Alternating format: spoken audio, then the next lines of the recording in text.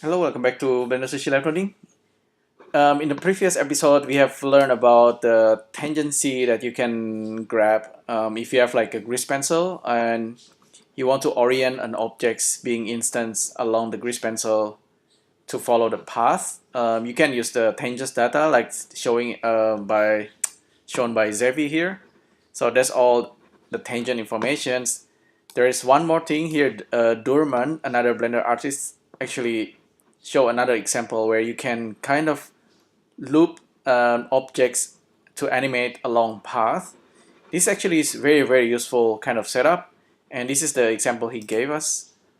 I just copied the link from Gist, and I just gonna continue with where we left off last time.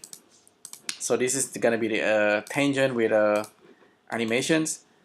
I gonna create another nodes tree here and then paste the example from Durman. Okay, Spreadshock import, and then I'm gonna enter the gist here, and then hopefully we can kind of learn from it. Okay, it says URL error. Sometimes that happens, but it works second time. Okay, now I think we have everything to be working. This is the example from Durman. So we have the grease pencil. So apparently this works right away. Okay, you can see the cubes kind of rotating along my grease pencil objects. We can delete this Susan head. Let's check the example by Durman. Looks like a lot of nodes, but we can simplify this. Don't worry too much about all this. Matrix in, we can simply kind of steal some of the formula here that he used. So this is the final output, matrix apply and matrix in, and there's this boxes and then range float. Actually the range float and the count, this is actually the important bits. This is the grease pencil thing that we already set up, and there's this vector interpolations. There's a linear goes into the locations, okay, and then cubic goes into the angle. All right, that's we already have working. And okay, this is the important bits actually. Range float, start stop 1 to 2. This is the one I'm gonna copy. This formula I don't need to explain it, but just give it a try. I'm just gonna select these nodes and then Command C to copy and paste it into our setup. Paste it here and then drag it using G. And I'm just gonna use this into our vector interpolation. This one is asking for Suzanne. I'll get Suzanne head real quick. Create a Suzanne head. Actually, do I have Suzanne head already? Okay. I think I already have it on layer 2. Grab Suzanne head, put it on layer 1, and just use objects in. Get Suzanne, plug into this guy. Actually, that's not for Suzanne, that's for the grease pencil. Sorry. Grease pencil selector. Grease pencil. Okay, so that should be working, and I'm gonna turn off the example from Durman. Let's go back to our setup. Okay, our setup seems to be already working. You can see from the matrix here.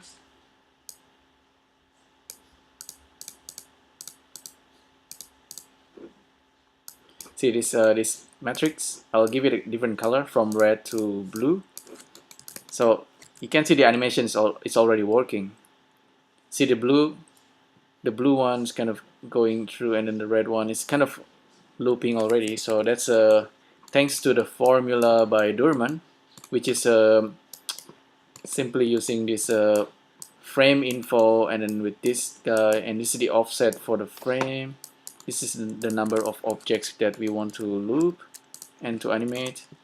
So we don't need to do too much. Actually, we just copy paste that formula and everything seems to be working. And all we need to do is just to place Susan head into all this matrix transform. It's very simple. Where's the Susan head? Here, just show it. There you go. That's pretty much done. Magic. Gonna hide this a little bit. Susan head can be a little bit heavy. I'll just make 8. So now if we play back, Susan head is kind of going through the path and then rotating. With Durman example, he actually he used the factor interpolations and he turned on the cyclic as well. I don't think you need to do that. Let's see what else we can do here. Oh yeah, currently we are using only like a single grease pencil stroke data. Maybe in the next one I can try to use multiple stroke. That can be slightly tricky, but actually not too bad. So for example, if you have like a multiple strokes, we can have different objects to go through the path and kind of rotating endlessly. So this is very cool setup. It's yeah, we don't need to do too much. Maybe I'll try to look what's the Durman formula is like. So everything goes into this T, the factor for factor interpolation, and we know we are using the frame number, and there's this add. This is offsetting the frame. So we have 8 different data, and this data is kind of going between 0 and 1, but it's, see, as soon as it hits number, actually it goes between 0 and 2. Oh, actually no, this is just gonna keep going. It's this one that's kind of interesting. 0 all the way to 1.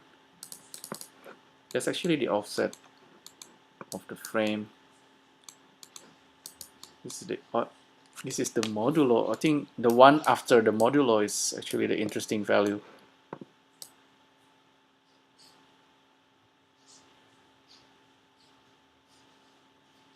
Yeah, I think this guy's it's gonna reset itself. Once it hits 1, it's gonna reset itself to 0 and then continue on and forever and ever.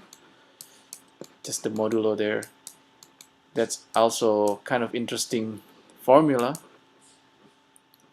for the range float stop, and the count is actually here. I don't know.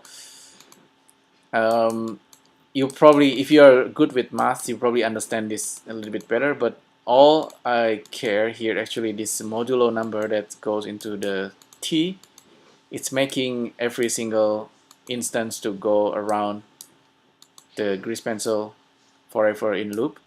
So now if we go to the top view and then make like a new stroke, this thing's gonna rotate endlessly like that. It's very cool setup. Seems pretty simple, but it's actually pretty robust.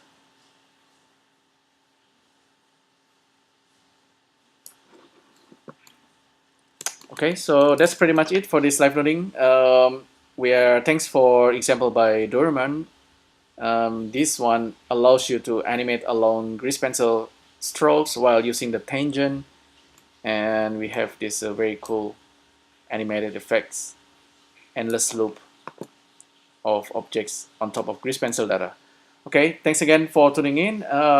Let me know if you have any feedbacks and any question into the comment section, and I'll see you in the next video. Thank you. Bye.